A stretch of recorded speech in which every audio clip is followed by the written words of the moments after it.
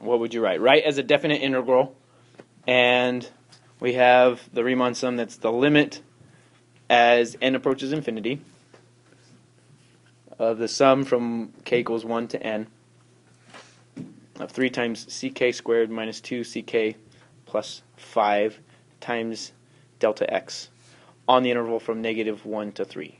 I want you to try and relate it to this, to that part. We have this, we have this, we have that, we have all of this. Translate it. And let me know when you're done. We already know that a and b are going to be the limits of the integral. So that's the those are the limits of integration. We have a function here, and then we have a dx. The delta x will just change to dx, and then we just have 3x squared minus 2x plus 5. You can have it with parentheses, but also you don't need them. So change that into a definite integral.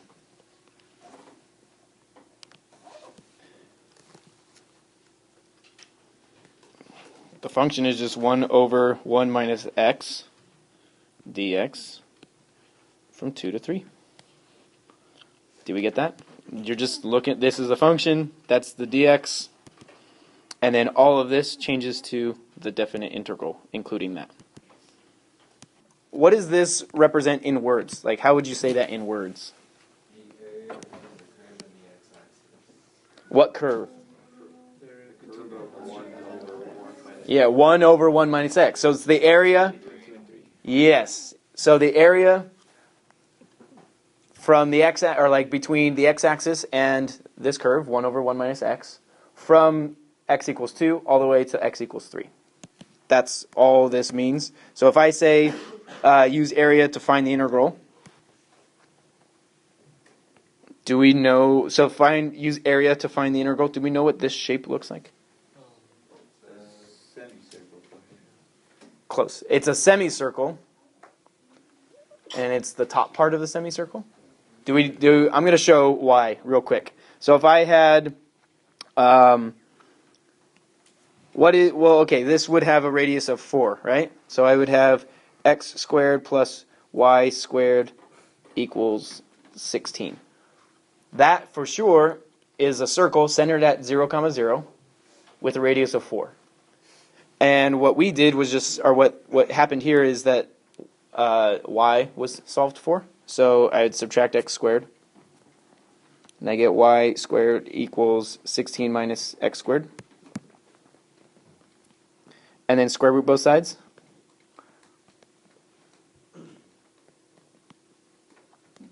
The positive portion is the top part of the circle. The negative portion is the bottom part of the circle. It's not a function unless we exclude one of those. This is the top part. Like we know that this is a semicircle with radius 4, and the integral is telling us to look at part of it.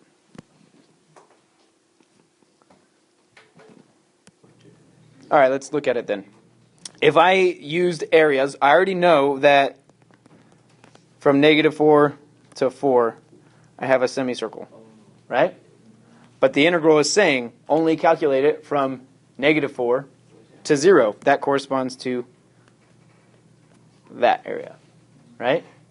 So if I'm using areas to do this, I'm not like evaluating the integral at all. I'm just using areas. Well, I guess I am, but I'm using areas. I'd have pi r squared, but I have to divide it by 4 because I only have a fourth of the entire circle. So this would be 16, right? 16 divided by 4 is 4 pi. Units squared. So use area to find this integral. I think maybe the easiest thing is to graph it first. And I'll give you a hint on the graph in like 30 seconds. My hint would be that this is the same thing as negative absolute value of x plus 1. That's what I would think of. Just so I know, like, oh, it's flipped over and shifted up once. All right, so for this, I think for me, since I'm using area, it's easiest to think about this if I have a graph. And I know that the normal absolute value function looks something like that. But this one is flipped over the x-axis and shifted up 1. Is that true? I hope so. But I'm going to, maybe I don't even know. I'm going to double check by plugging in points. If I plug in 1, I should get 0, right? Yes, that happens. If I plug in 0, I get 1. If I plug in 2, I get -1. Yeah, this works. So if I'm getting the area from, ooh, a green line. What is that?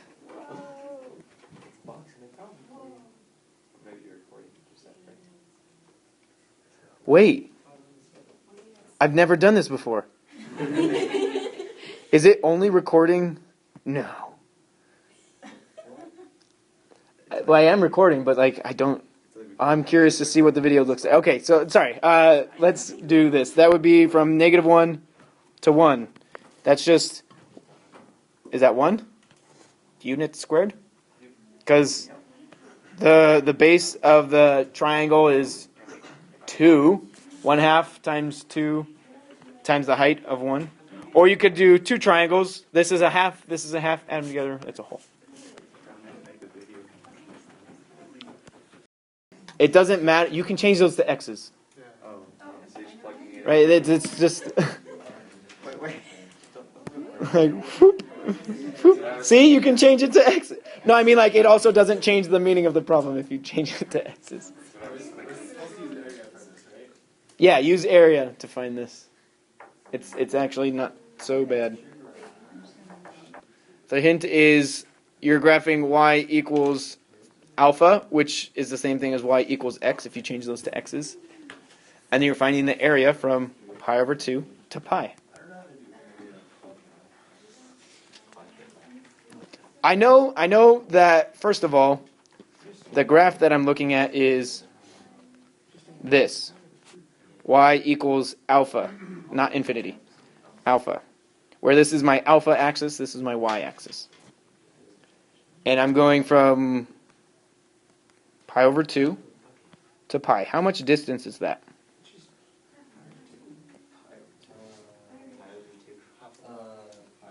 It's pi over 2, right?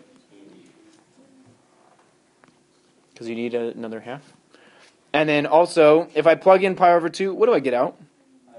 Pi over 2. So if I plug in pi, I get out pi. Area of this and area of that added together.